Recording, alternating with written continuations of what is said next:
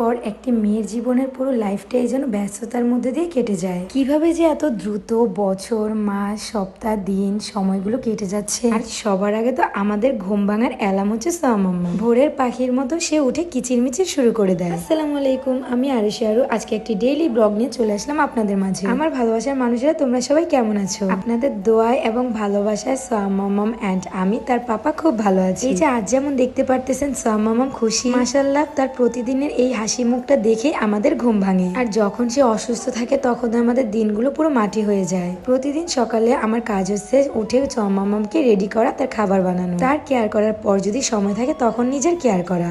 So তার একটা ভালো অভ্যাস হচ্ছে সে সকাল সকাল উঠেই গোসল দিতে চায়। আর আমার সামাম্মামের জন্য সবাই একটু বেশি করে দোয়া করবেন। বাই দ্য ওয়ে, আজকে আমাদের ঘুমটা একটু লেট করেই ভাঙছে। এই এই এই কি করতেছো তুমি?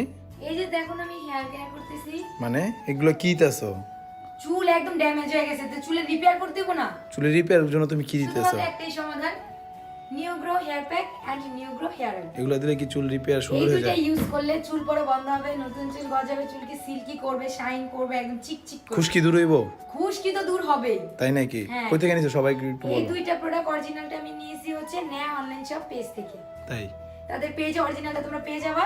তোমাদের সুবিধার জন্য আমি তাদের পেজ টিকটক আইডি মেনশন করে দেবো এন্ড তাদের হোয়াটসঅ্যাপ নাম্বারটা আমি ক্যাপশনে দিয়ে দেবো। ওকে, আল্লাহ হাফেজ। তাই তো আজকে আমার পার্লারে যেতে একটু লেট হবে। তারপরও কোনো ব্যাপার না। একটি মেয়ের জীবনে বিয়ের পর পুরো ঘরটাকে সামলে যদি সময় থাকে তখন হচ্ছে বাইরে সময় দেওয়া। আর আমার রুমটা পরিপাটি করে না রাখলে আমার একদমই ভালো লাগে না। যতই নিজে ফ্রেশ থাকি না কেন নিজেকে অগোছালোই মনে হয়। অন্যদিকে সামামামকে রেডি করে তার ফুপির সাথে নিচে পাঠিয়ে দিয়েছি। কারণ নিচের ঘরে গেলে তার বুবুর সাথে সে খুব মজা করে। আর এইদিকে তার খাবারটা আমি রেডি করতেছি।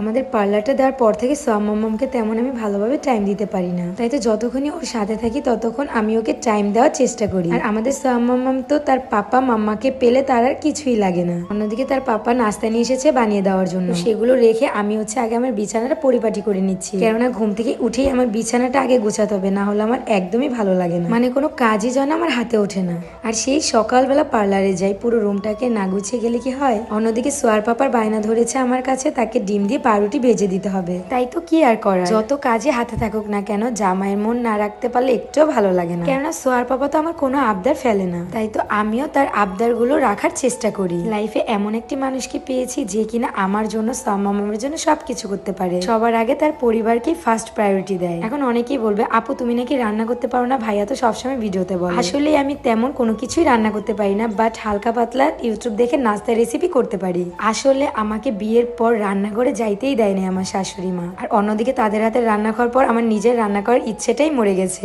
এখন তো একদম ব্যস্ত হয়ে পড়েছি, এখন রান্না করার সময়টাও নেই। বলতে পারেন ভাগ্য করে এমন একটা শ্বশুর বাড়ি, এমন একটা স্বামী পেয়েছি। সবাই একটু আমাদের জন্য দোয়া করবেন আর কারো বদনজর যেন আমাদের উপর না পড়ে। হেটার্সরা সবসময় আমাদের ভিডিও থেকে দূরে থাকবা। আর যারা আমাদেরকে ভালোবাসো, তোমাদের কি কি টাইপের ভিডিও পছন্দ সবাই একটু কমেন্টে বলে যাবা, আমি ওইগুলি দেওয়ার চেষ্টা করব। ফাইনালি নাস্তা বানিয়ে নিয়ে আসলাম। এখন আমি আগে টেস্ট করে সোয়ার পাপাকে দেবো। পৃথিবীতে মধ্যে আমি একমাত্র ব্যক্তি নিজের খাবার নিজে প্রশংসা করছি। সোয়ার পাপা আমি যেমনই খাবার বানিয়ে দিই না কেন তার প্রশংসা সবসময় পাই, এটাই আমার কাছে অনেক। দেখতে দেখতে চলে এসেছে একদমই ভিডিও শেষ পর্যায়ে। সবাই ভালো থাকবা, সুস্থ থাকবা। আল্লাহ হাফেজ, টাটা।